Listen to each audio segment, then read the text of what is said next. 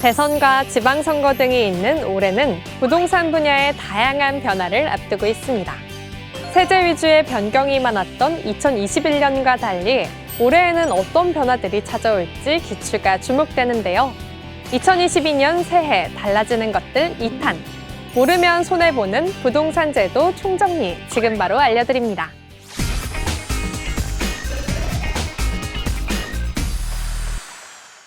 하나. 양도세 비과세 혜택이 변경됩니다. 현행 1가구 1주택자가 소유한 9억 원 초과 상가 겸용주택은 주택 면적이 상가 면적보다 클 경우 전체를 1주택으로 간주해 9억 원 이하 양도 차익에 대해 비과세를 적용해 왔는데요. 하지만 2022년 양도분부터 9억 원 초과 상가 겸용주택은 주택 부분만 양도세 비과세 혜택과 80% 장기 보유 특별 공제가 적용됩니다. 현재 서울 등 수도권에 위치한 대부분의 상가 겸용주택은 9억 원을 초과하기 때문에 비과세 혜택을 받는 소유자들은 줄어들 전망입니다. 또한 수도권 도시지역에 위치한 주택의 양도세 비과세 혜택도 줄어드는데요. 기존 수도권 도시지역에서 양도세 비과세가 적용되는 1세대 1주택 부수토지의 범위는 용도지역 구분 없이 주택 정착 면적의 5배까지 인정됐습니다. 하지만 올해 양도분부터 수도권 도시지역 중 주거, 상업, 공업지역은 주택 정착 면적의 3배, 수도권 녹지지역은 5배까지 비과세 혜택이 주어집니다. 둘. 총 부채 원리금 상환 비율인 DSR 규제 강화로 대출 한파가 예상됩니다. 가계부채 급증을 막기 위해 소득 대비 갚아야 할 원리금 비율을 뜻하는 차주 단위 DSR 확대 적용 계획이 앞당겨 시행되는 것인데요.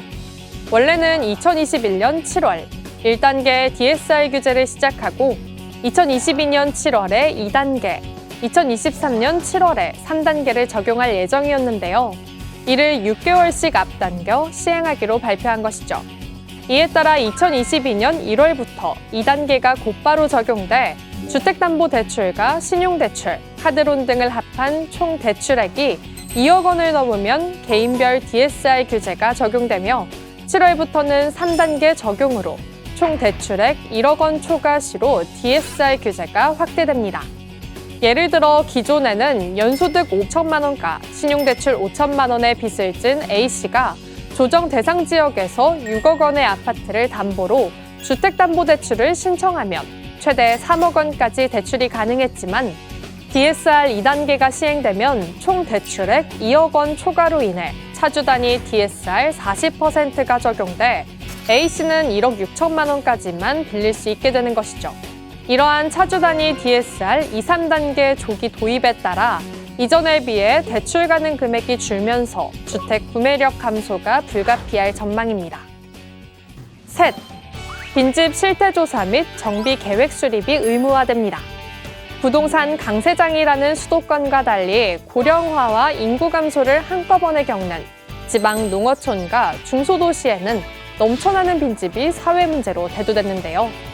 올 1월부터 지자체장이 5년마다 의무적으로 도시지역 빈집 실태조사를 실시해야 하고 미해한 빈집에 대한 안전조치 불이행 시 빈집 소유자에게 이행강제금을 부과할 수 있게 됩니다.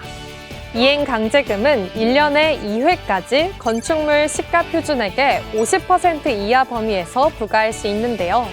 지자체장이 공익목적으로 빈집 정비 사업을 시행하는 경우 사업 시행구역 내에 있는 빈집을 수용 또는 사용할 수 있는 근거도 마련됐습니다. 이에 따라 빈집의 효율적 정비 및 활용이 가능할 전망입니다. 넷. 실거주 주택 전세 대출금이 지역 건강보험료 산정에서 제외됩니다.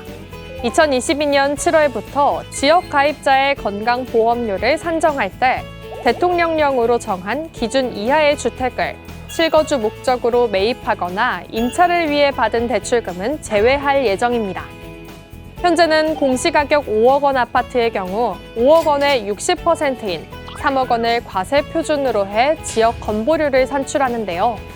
이에 따라 2021년 기준 건보료는 13만 7,220원이지만 개정안이 시행되면 대출금 2억 원을 제외한 1억 원만 과세 표준액으로 하기 때문에 지역 건보료는 88,450원으로 36% 낮아집니다.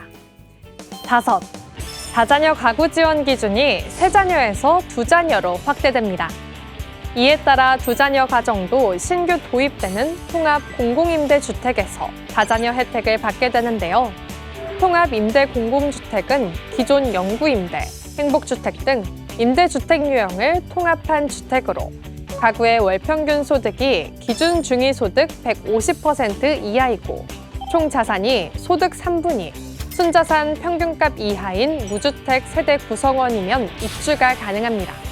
매입 임대는 보증금 전액 또는 최대 50%까지 완화하고 전세 임대료는 자녀 수에 따라 인하합니다.